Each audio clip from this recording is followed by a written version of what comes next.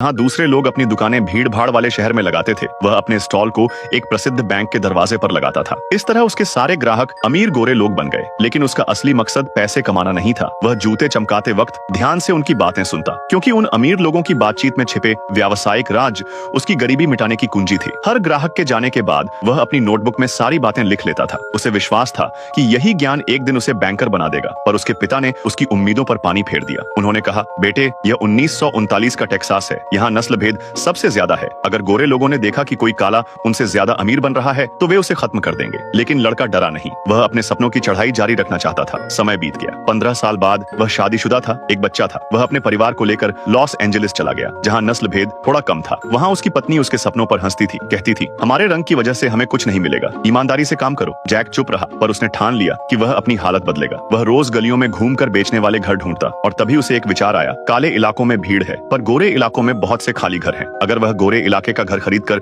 उसे किसी भरोसेमंद अश्वेत परिवार को किराए पर दे तो उसे मुनाफा भी होगा और अपने समाज को घर भी मिलेंगे। कई दिनों की मेहनत के बाद उसे एक पुराना अपार्टमेंट पसंद आया। घर की कीमत थी $35,000, जबकि उसके पास सिर्फ $30,000 थे। उसने मालिक से कहा, मैं अभी $30,000 देता हूँ, बाकी $5,000 किराए से चुका दूंगा, दोगुना भी देने को तैयार हूँ। मालिक ने इनकार कर दिया। जेक निराश हुआ, लेकिन उसने हार नहीं मानी। उसने बैंक मैनेजर से मिलने की कोशिश की, पर बैंक के कर्मचारियों ने उसे दरवाजे से ही भगा दिया। फिर भी वह बाहर इंतजार करता रहा। जब मैनेजर बाहर आया, जेक ने खुद को मालिक का दोस्त बताकर $5,000 का कर्ज मांगा। मैनेजर ने मना कर दिया, लेकिन उसी रात मालिक ने उसे फोन किया। वह जैक की हिम्मत से प्रभावित हुआ था। उसने खुद बैंक में गारंटी दी और लोन मंजूर करा दिया। जेक ने पहला घर खरीद लिया। जब वह खुशी से अपने अपार्टमेंट पहुंचा, एक बूढ़ी गोरी औरत ने उसे नौकर समझा और घर से निकाल दिया। जेक ने समझाया कि अब वही मकान मालिक है। वह चौंक गई, पुलिस बुला ली। पुलिस को यकीन नहीं हुआ कि एक अश्वेत आदमी गोरे इलाके में घर खरीद सकता है, पर कॉन्ट्रैक्ट देखकर उन्हें मानना पड़ा। वह औरत गुस्से में अपार्टमेंट छोड़कर चली गई। कुछ ही समय में जेक ने वह घर काले किराएदारों को किराए पर दे दिया। पूरा बिल्डिंग भर गया और उसे अच्छा मुनाफा हुआ। मालिक उसकी ईमानदारी और व्यापारिक समझ से प्रभावित हुआ और साझेदारी का प्रस्ताव रखा, लेकिन सब कुछ छिपाकर, क्योंकि वह गोरों को नहीं बताना चाहता था कि वह एक काले आदमी के साथ बिजनेस कर रहा है। विल ने यह मौका तुरंत स्वीकार कर लिया। दोनों ने मिलकर कई संपत्तियां खरीदी और खूब पैसा कमाया। जेक ने अपने परिवार को बड़ा घर दिलाया। उसकी सफलता उसके दिमाग और मेहनत की जीत हुई। लेकिन एक साल बाद मालिक की मौत हो गई। उसकी पत्नी, जो कट्टर नस्लवादी थी, जेक से साझेदारी खत्म करने की धमकी दी। उसने कहा, सस्ता सौदा मानो वरना सब छिन जाएगा। जेक ने मना कर दिया। वह औरत कानूनी कार्रवाई की धमकी देने लगी। जेक का बैंक मैनेजर भी अब उसी औरत के साथ था, इसलिए मदद नहीं कर पाया। फिर भी जेक ने हार नहीं मानी। उसने उसी बैंक की बिल्डिंग खरीद ली जहां पहले उसे भेदभाव झेलना पड़ा था। अब कोई बैंक उसे मना नहीं कर सकता था। वह उसी बैंक पहुंचा जहां कभी जूते साफ करता था। उसने तय किया वह इस बैंक को खरीदेगा और अश्वेत लोगों को घर और व्यापार के लिए कर्ज देगा।